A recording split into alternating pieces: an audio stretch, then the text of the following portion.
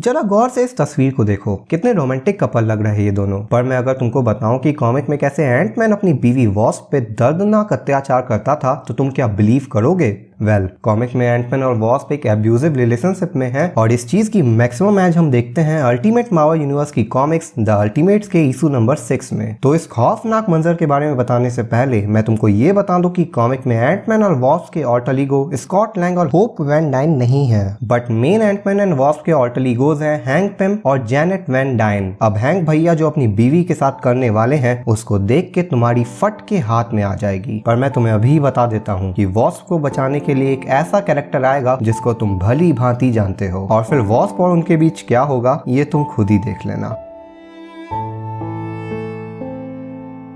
तो कहानी की शुरुआत में हम देखते हैं कि एंटमैन और वॉस्प टोनी स्टार्क के घर एक पार्टी में जाने वाले थे। वॉस्प इस पार्टी के लिए बहुत एक्साइटेड थी, पर हैंक इस पार्टी में जाने के लिए इतना इंटरेस्टेड नहीं था। तो वॉस्प उसको कहती है, पर मुझे लगा तुमको आज कोई काम नहीं है और तुम हमेशा ही अगर एक कमरे में बंद रहोगे तो पागल हो जाओगे। हैंक पे मुझसे कहता है, मैंने तुम्हें बताया कि मेरा स्टार्क के घर जाने में कोई इंटरेस्ट नहीं है और मैं बाद में निक फ्यूरी से जाके मिल लूंगा। जेनेट उससे कहती है, क्या तुम मुझे इतना भी नहीं कहोगे कि आज मैं कितनी अच्छी लग रही हूँ? हैंक उससे कहता है, मुझे ये बताने की जरूरत नहीं कि तुम क्या लग रही हो, और ये जो तुमने पुशअप ब्रा पहना है क्या ये स्टीव रॉजर्स के लिए है या टोनी स्टार्क? जेनेट उससे कहती है, मेरे से ऐसे बदतमीजी से बात ना करो। हैंक उसको कहता है, तुम क्या एक्सपेक्ट कर रही थी? मैंने आज के हर न्यूज़पेपर में तुम्हारे और कैप्टन अमेरिका की एक दूसरे से लिपटी हुई फोटो देखी है और वो तुमसे लगातार फ्लर्ट भी किए जा रहा था। खैर इसमें भी तुम्हारी गलती होगी, और मैं तुम्हें बता दूं अगर वो तुम्हारी सच्चाई जानता तो तुम पे थूकता भी नहीं। जेनेट उससे पूछती है, तुम्हारा क्या मतलब है इससे? हैंक उसे कहता है, तुम एक म्यूटेंट हो। आई वंडर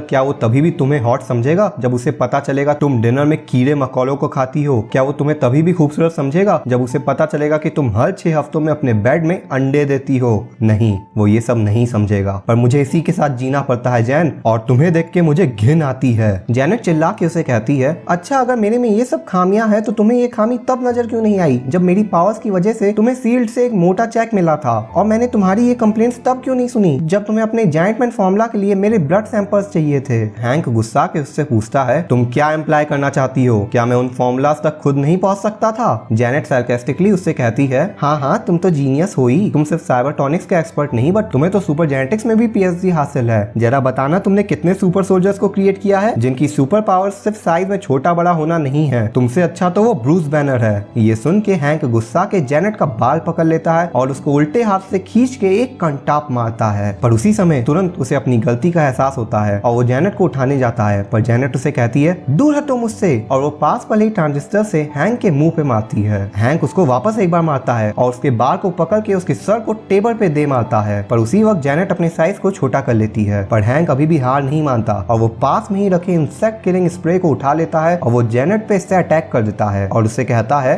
कैसा लग रहा है जेनेट? क्या तुम्हारी चमड़ी में जलन चालू हो गई? अरे कहाँ जा रही हो तुम? वापस मेरे पास आओ और खत्म करो जो तुमने शुरू किया। जेनेट एक डेस्क के अंदर जाके छुप जाती है। हैंक उसे ढूंढने लगता है और कुछ देर बाद लाखों करोड़ों चींटियां वॉस्प की तरफ बढ़ने लगती हैं। जेनेट हैंक को आवाज देती है और कहती है, हैंक तुम्हारा दिमाग तो नहीं खराब हो गया है? इन चींटियों को रोको। आई एम सॉरी, मैंने तुम्हें ट्रांजिस्टर से मारा। मैं बहुत बेवकूफ थी, मुझे ऐसा नहीं करना चाहिए था। हैंक पिम जो अपने एंटमैन वाले हेलमेट को पहन चुका था वो कहता है, एक्सक्यूज मी, क्या किसी और को भी एक फटे बांस जैसी आवाज आ रही है? ऐसा लग रहा है इसने हीलियम को निगल लिया है। अब वो चींटियां जेनेट के शरीर के हर अंग को काट रही थी। वो उसके पैर के पास थी, उसके हाथ के पास थी और उसके मुंह को भी अपने सिकंजे में धीमे धीमे ले रही थी। साथ में मैं ये भी बता दूं कि जब जेनेट अपने साइज को रेड्यूस करती है तो उसके कपड़ों का साइज उसके साथ रेड्यूस नहीं होता है, यानी कि इस वक्त जब वो चींटियां जेनेट के ऊपर हैं तो जेनेट ने कपड़े नहीं पहने हुए हैं। हैंक जेनेट से कहता है, जेनेट तुम्हें मुझे नीचा नहीं दिखाना चाहिए था, बिल्कुल भी नहीं दिखाना चाहिए था।